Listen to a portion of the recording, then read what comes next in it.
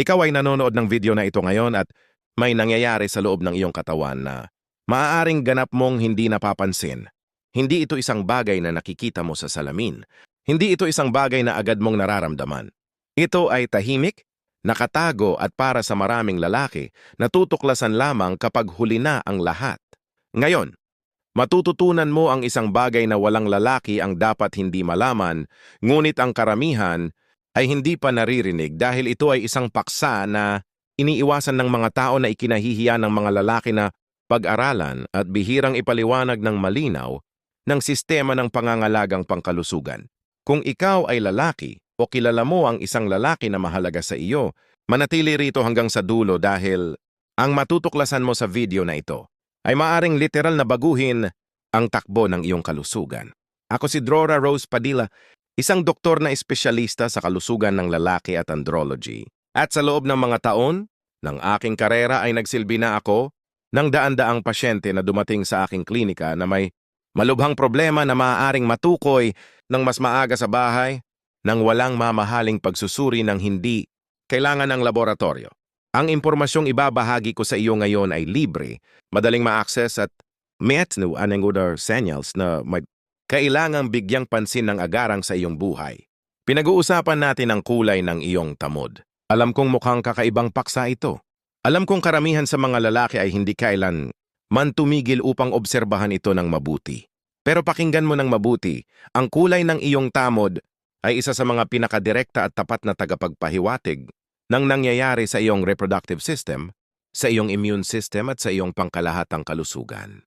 Ang iyong kakatawan ay patuloy na nagpapadala ng mga mensahe. Sa iyo ba't ito ay isa sa mga iyon ngunit halos walang nagtuturo kung paano ito basahin? Simulan natin sa kung ano ang itinuturing na normal.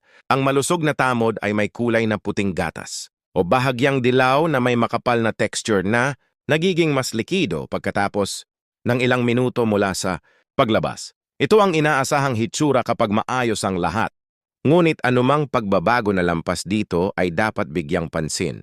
At kapag sinasabi kong bigyang pansin, hindi ako nagsasalita ng gulat kundi ng kamalayan. Ang unang kulay na dapat magbigay ng babala ay ang matinding dilaw. Kapag ang tamod ay may matinding at pare-parehong dilaw na kulay, maaari kang magpahiwatig ng impeksyon sa ihi, paghahalo ng ihi sa tamod o maging ang simula ng isang sexually transmitted infection. Sa ilang mga kaso, maaaring naugna ito sa labis na pagkain ng ilang pagkain na may sulfur tulad ng bawang at asparagus na pansamantala lamang. Ngunit kung ang matinding dilaw na kulay ay nagpapatuloy sa loob ng mga araw o linggo, ang katawan ay humihingi ng tulong. Kung nakikilala mo ang iyong sarili sa paglalarawang ito, gusto kong hilingin sa iyo ngayon ay like mo ang video na ito. Hindi dahil gusto ko ang bilang kundi dahil ay ang simpleng galaw na ito ay nakakatulong na maabot ang alerto na ito sa ibang mga lalaki na kailangan ding pakinggan ito. Ang impormasyong hindi kumakalat ay hindi nakakapagligtas ng sinuman. Ngayon, pag-usapan natin ang berde. Iyo ay isang kulay na nakakatakot at may dahilan.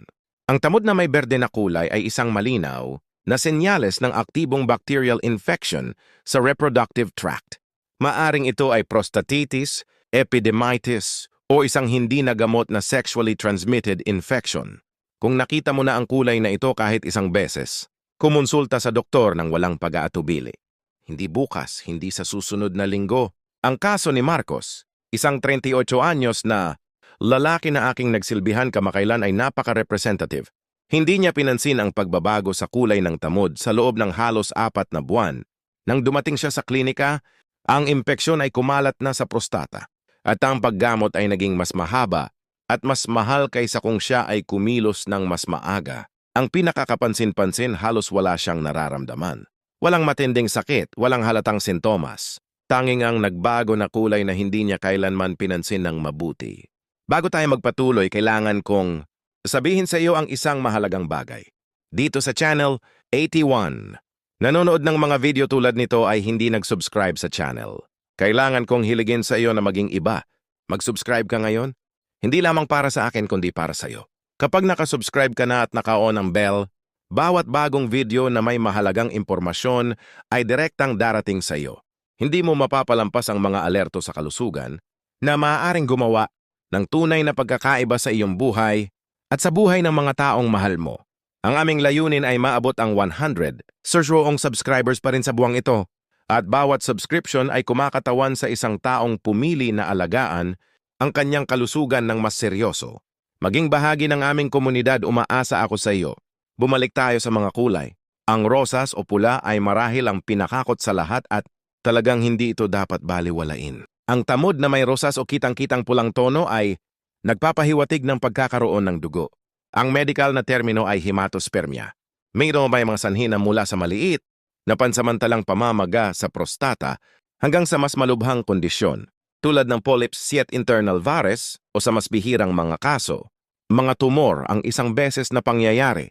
Pagkatapos ng matinding aktibidad sa sex ay maaaring hindi malubha, ngunit kung ito ay paulit-ulit kailangan ng imbestigahan ng agarang isa pang pasyente na aking nagsilbihan.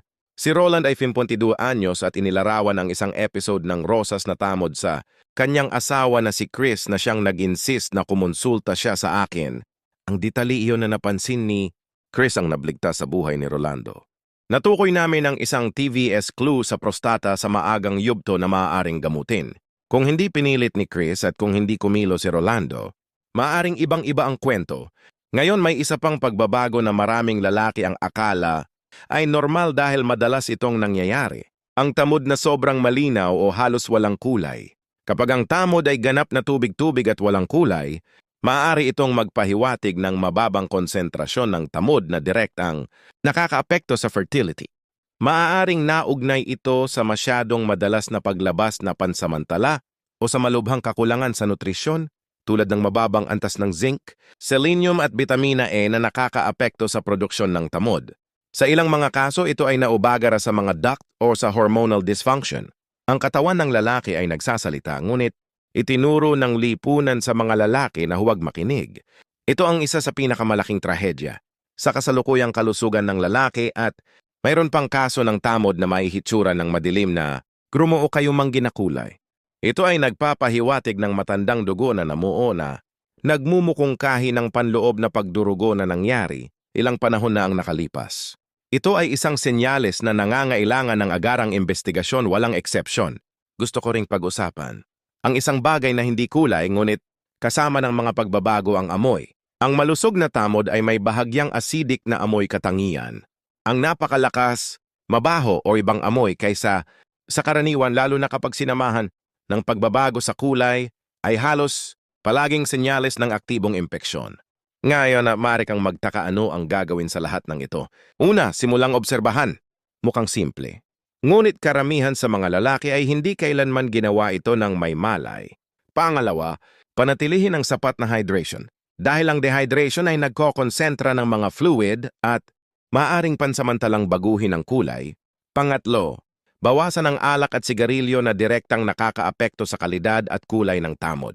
Pang-apat at pinakamahalaga, anumang patuloy na pagbabago, anumang kulay na hindi puting gatas na tumatagal ng higit sa isang linggo ay dahilan upang kumonsulta sa doktor.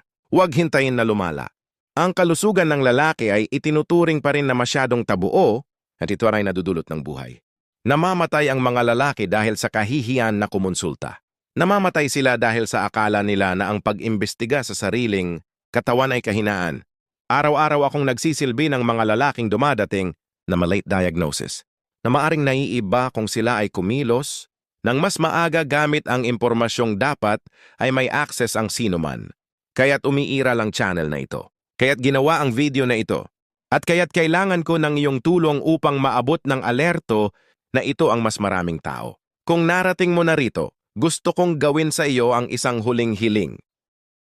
Kalusugan ay nakarating sa mga tao mula sa iba't ibang sulok ng mundo. Bawat komento ay nagsasabi sa akin na ang mensahe ay nakarating kung saan kailangan itong makarating. At sino ang nakakaalam? Ang iyong komento ay maaaring eksaktong dahilan upang magdesisyon ang isa pang tao na panoorin at alagaan ang kanyang sariling kalusugan. Alagaan ang iyong katawan. Ito ang tanging katawan na mayroon ka at ito ay nagsasalita sa iyo araw-araw.